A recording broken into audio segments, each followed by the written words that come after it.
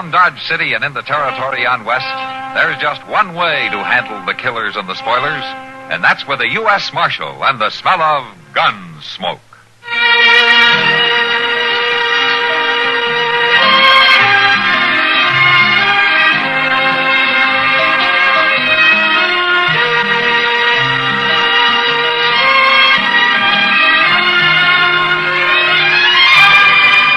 Gunsmoke, starring William Conrad. The story of the violence that moved west with young America. And the story of a man who moved with it. I'm that man. Matt Dillon, United States Marshal. The first man they look for and the last they want to meet. It's a chancy job, and it makes a man watchful. And a little lonely.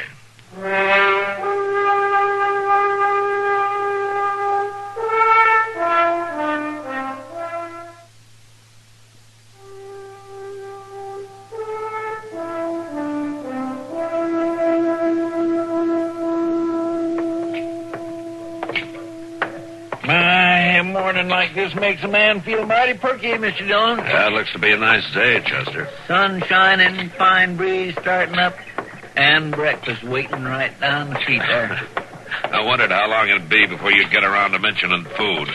Oh, I like to eat. I know, Chester, I know. Give you a knife and a fork and you turn into a tiger. Oh, no, it ain't that bad. Wait a minute, Chester. Well, been a long time, Matthew. Yeah, a long time, Carl. Just rode into town 5 minutes ago, and the first man I run into is you. And I'm the first one a lot of them run into. This is Chester Proudfoot, Karl Killian. Chester? I'm Killian. That a badge you're wearing, Matthew? Uh-huh. I'm a U.S. Marshal here in Dodge. A lawman. Well, who'd ever have thought it? Yeah. And it seems we both sold our guns in different ways. I wouldn't know about that. I'm still a drifter, Matthew, same as always. So I've heard. Yeah, just a saddle bum, here today, gone tomorrow. But it's what happens between today and tomorrow, isn't it, Carl? Well, nobody ever knows ahead of time.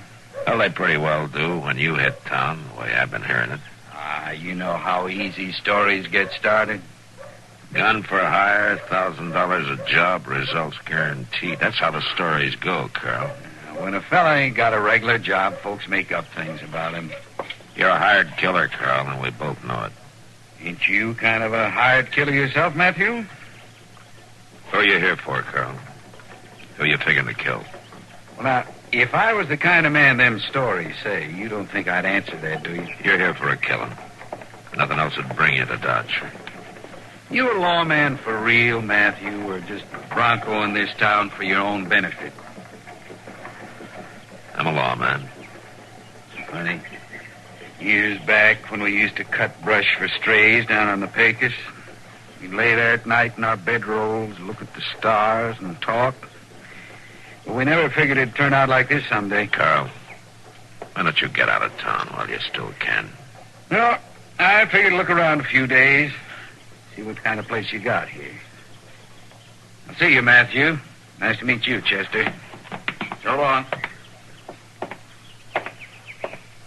Well, them is the coldest pair of eyes I ever seen in a man's head, Mr. Dillon. He got married the year after we worked together, Chester, and some fence cutters burned his place one night, killed his wife. He run them down, shot them, all four of them.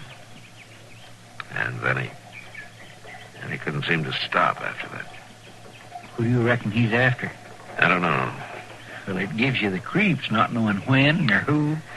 Forget it, Chester. Come on, let's get some breakfast, huh?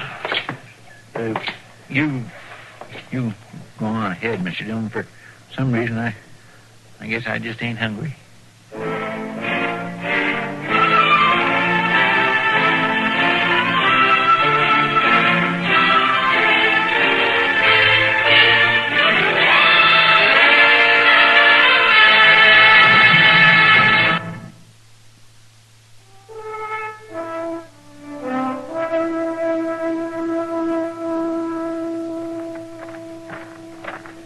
No, sorry, I do not understand this.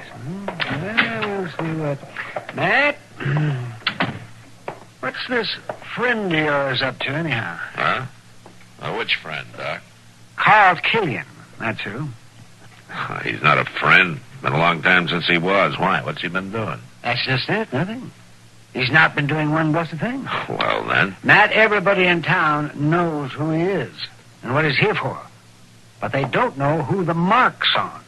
Well, it's got them so spooked they're ready to jump out of their skins whenever a door closes. Well, I can't do much about it, Doc, until he tips his hand some way. He hasn't committed any crime in Dodge, and he's not wanted anywhere else. And why isn't he wanted? And he always managed to goad his victims into making the first move, so it's self-defense. Yeah. You got any idea who he's after? No? Well, there's 24 or more men around town who think they're the one. One of them may be right, Doc. Killian stopped in front of Wilbur Jonas's store window this morning and stood looking in there for a while. As soon as he left, Wilbur locked up and went home. And he's been sitting home there in this parlor ever since, with a shotgun across his knees. I doubt he's after Wilbur. But you don't know. One of you men the marshal? Yeah, I am. Come on in. Marshal, there's a man here in Dodge that's fixing to kill me. Oh? Well, what's your name? Tex Bartow. This man calls himself Karl Killian. He's been hired to follow me here and do me in. Well, half the town thinks that same thing, Tex. Yeah, but I know. I seen him in Pueblo 2 weeks ago, and now he turns up here. Pueblo, huh? I got in some trouble there, Marshal. Not with the law. I was cleared. But I killed a man in a fight, and his friends swore they'd get me one way or another. How does Killian figure in it? He was there. He seen the fight. I didn't know who he was then, but I remember his face all right. And they hired him. I know they have. He ain't here just by accident. You might be right, Matt. If Killian was in Pueblo just before he came here, that must be where he was hired. Yeah, maybe.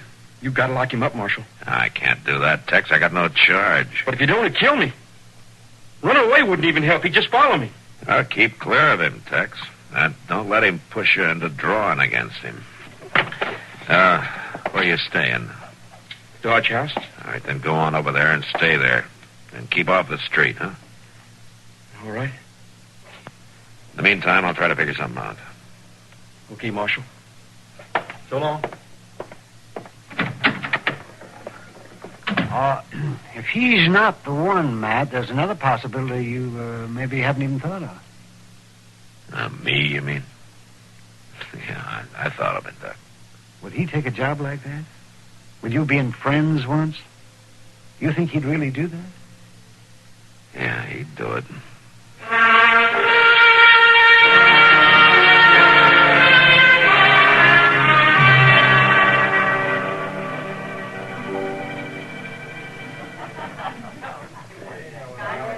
Matt, if you don't run that man out of town, I might as well close up here and take a vacation. He's practically living here at the Long Branch. Oh, why not? You serve the best beer in town, Kitty. He's about the only one to serve it to. The minute he comes in, the rest of the boys start edging toward the door. Well, you can't blame him. It's pretty hard to relax with the executioner standing at your elbow. You'd never know, looking at him or talking Evening, to Miss Kitty. Matthew. Hello, Carl. Well, how's the law business coming along, Matthew? The town's been pretty quiet the last few days. I noticed that. Don't seem to be hardly any people around at all. Well, at least not close to where you are. Folks hadn't ought to feel that way. I don't mean no harm to them. Were you in Pueblo just before you came here, Carl? I might have been. Why? Well, is that where you took on the job? I reckon you believe all them stories, all right. Just like everybody else. Miss Kitty. yeah, Rusty? Oh, good evening, Marshal. Mr. Killian. Hello, Rusty. Evening, Miss Fennel. Excuse me for butting in, Miss Kitty, but Melba and Becky wondered if they could have the rest of the night off, seeing there's not much business anyhow. Sure, tell me, go ahead. You see, Mr. Killian, you're ruining my business. I'll try to make up for it some right now if Miss Fennel will do me the honor of having a drink with me. Why, sure, I'd love to. Good. See you later, Matthew. Miss Kitty. I'll give him credit on one thing, Matt. The girls all like him. They think he's fine. Well, he was fine once. It makes you jumpy, though. Way he moves around, not saying much, but always watching. Well, it started some of the citizens thinking, all right. Well, everybody's guilty of something, Matt. I even catch myself wondering if I'm the one he's after. Yeah, that's not likely, Kitty. But even you're not sure. No. You see? You know, I almost wish it'd hurry up and happen so we'd know, so we'd have it over with. Well, I guess a lot of people feel that way, but there's nothing they can do. Hey, What is it, man? Tex Bardo, that kid that came to see me this afternoon. He's got a gun. All right, Killian! Hold it, Bardo! He tried to shoot Killian in the back. Yeah, tried is right.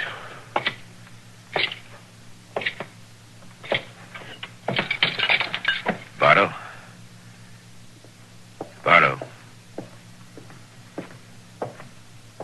You know, I think that boy was aiming to do me some harm, Matthew. Allie's dead, Killian. I didn't have much choice the way he come at Oh, me. you're in the clear. It was self-defense. I saw it myself. Just another job done according to order. What are you talking about? He was the one you were after, wasn't he? I never saw that boy before in my life. Never heard of him. Don't even know his name. No, Matthew, if I really was after anybody, I still am.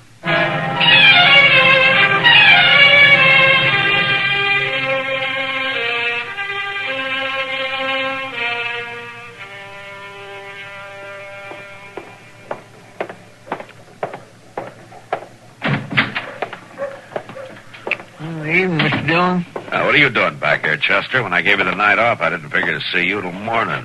I'm giving up. Going to bed. Can't have no fun at all in this town as long as that doggone old Killian's around. He has kind of slowed down the nightlife, hasn't he? They just ain't nobody out no place, hardly. And them that is so busy looking over their shoulder and jumping sideways that a man can't get to feeling easy no matter how hard he puts his mind to it. Yeah, it just seems a shame to waste all that hair grease and that boiled shirt, though, Chester. I figured you'd end up as the king of the Long Branch. Yeah, now, that's another thing. You know that little old girl over at the Long Branch I've been kindly sweet-talking lately? Oh, Rusty Fennel? Yeah, well, now she can't see me for dust. She just keeps hanging around him all the time. That's not smart to get serious over a dance hall girl anyway, Chester. Well, now, Rusty ain't just a common dance hall girl, Mr. John. She comes from a real good family. Oh, is that so? Well, yes, sir. Her papa and mama's dead, but she's got a rich uncle that's a very important man, and his health ain't too good neither the last couple of years. So that's why you're so interested in her. I thought it was true love, Chester. Yeah, well, now, Mr. Dillon, I ain't one to always be thinking about money, but it sure don't hurt none to know that the only heirs is just her and her cousin in Pueblo. Pueblo? That's where her uncle and her cousin live. Why, what's the matter, Mr. Dillon? Chester, I think I'll drop over to the Long Branch and have a talk with Rusty. Well, she ain't there now. She left with that doggone Killian.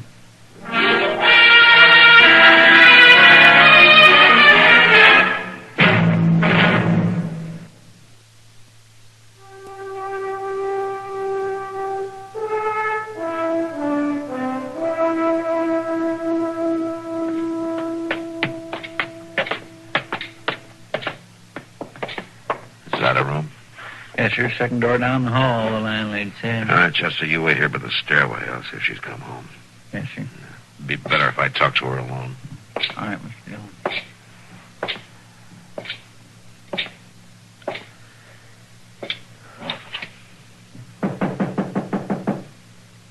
Who is it?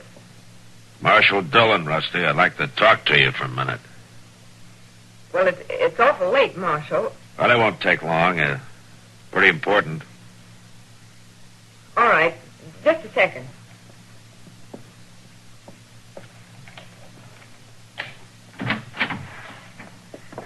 What is it, Marshal? Mind if I come in? I guess it's all right. Thanks. Please, don't mind the room. When a girl lives alone, she gets careless about throwing things around. That looks fine to me. What is it, Marshal? Is anything wrong? No, not exactly, or at least not yet. Rusty, I hear that you've been seeing quite a bit of Karl Killian the last couple of days. Yes, I guess maybe I have. I see. Well, I think he's nice. I think people are wrong about him. Rusty, how did you happen to meet him? Did he make a point of trying to get acquainted with you? Well, he came into the Long Branch a few times, and he talked to all the girls, but he seemed to like me the best. But, can't we talk about something else, Marshal? Killian's the reason I came here, Rusty. Well, come on over by the window. It's so hot in here. Oh? All right, sure. Here, let me open it for you. Thanks. This is better, isn't it? Yeah, that's fine. You got a nice view of the street from here. That's one reason I took the room.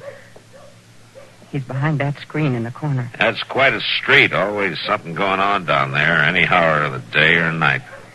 Yeah, I guess that's right. He didn't want to see you. There's the night stage pulling in from Walnut Creek, Pueblo, and Denver. Rusty, your life's not worth 10 cents. Mine either. What? I say it looks like they're carrying a short load tonight. If I know him, he's got a gun on us right now. You're the one he's here to kill. I don't believe you. Just take it easy. I'm going to jump his move. It's the only thing I can do, and I just stand still.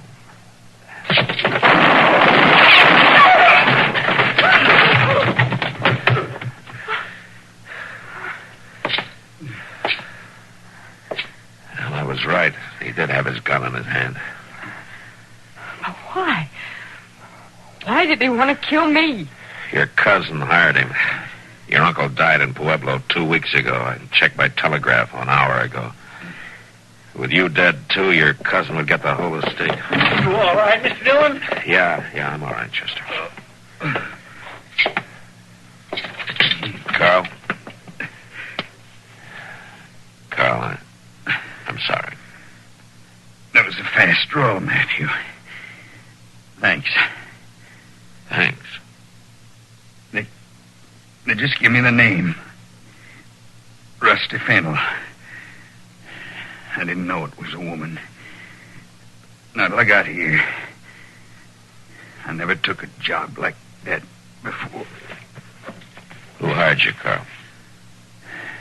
Young fella in Pueblo. A cousin, I think he said. I'd have turned it down if I'd known it was a woman.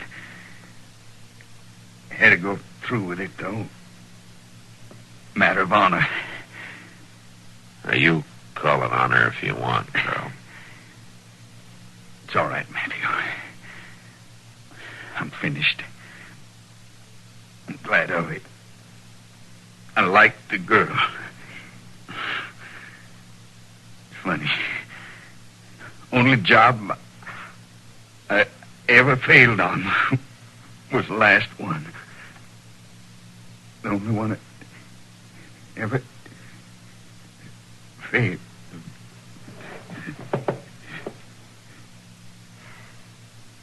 I thought he was so nice. He was just waiting for a chance to kill me.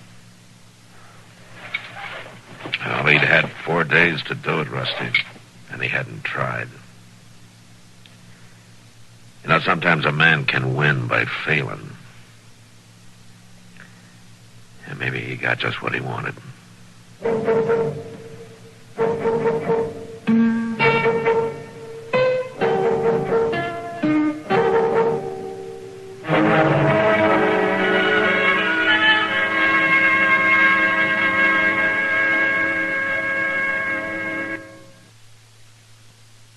Gunsmoke. Produced and directed by Norman McDonald, stars William Conrad as Matt Dillon, U.S. Marshal. The story was specially written for Gunsmoke by Les Crutchfield, with editorial supervision by John Meston. Featured in the cast were Vic Perrin, Dick Crenna, and Virginia Christine. Parley Bear is Chester, Howard McNear is Doc, and Georgia Ellis is Kitty. This is George Walsh inviting you to join us again next week for another story on Gunsmoke over the CBS Radio Network.